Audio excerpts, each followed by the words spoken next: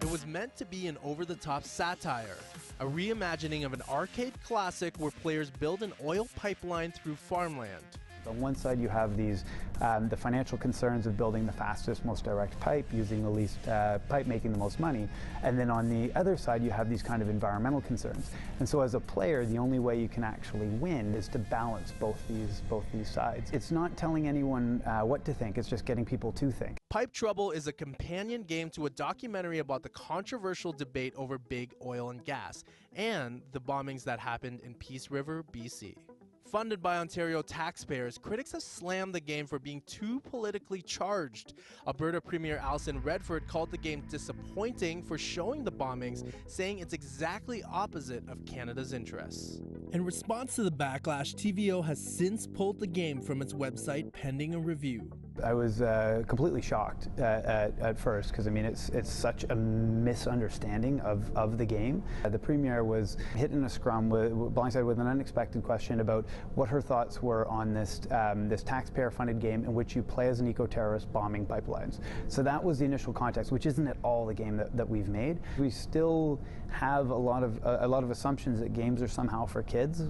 The average video game player is 30 years old. 68% of all video game players are over 18.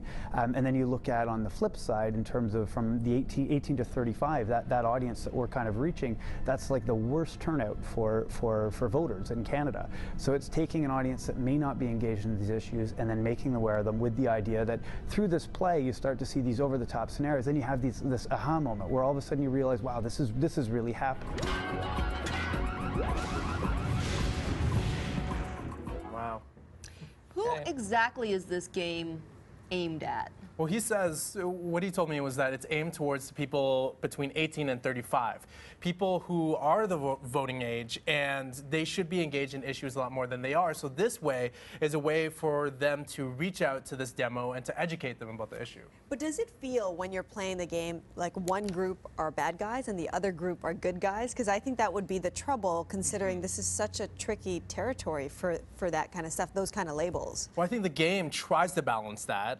Whether or not it achieves that is, I think, dependent on the player. But you have to balance the interests of the oil execs as well as the farmers. So it doesn't lean necessarily to one side, but I guess it tries to present the situation out there. And is it working? At this point, we don't know, right? It's been pulled from TVO's website. They're putting a review on it just to make sure that it's not offensive, that it's fine, it's not politically charged or necessarily leaning towards one side over the other.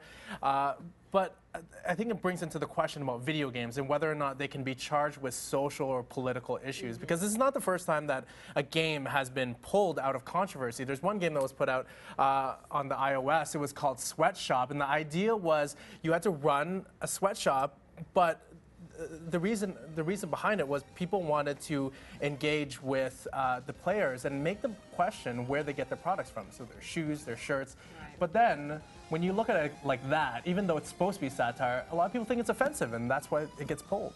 Well, it's hard when you put it into the context of a game, because it's just that, right?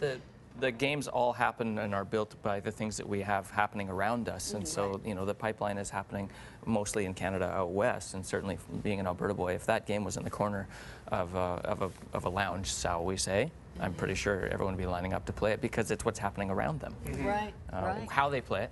Right, and there was the argument because they include the bombings that happened in BC on one of the pipelines, and I asked, well, were you second-guessing yourself? Because that's a sensitive issue for a lot of people, especially if they live near there. And he said the game is almost like a journalist in the sense that it needs to tell the whole story and include all elements of reality, even though it is a fictitious game.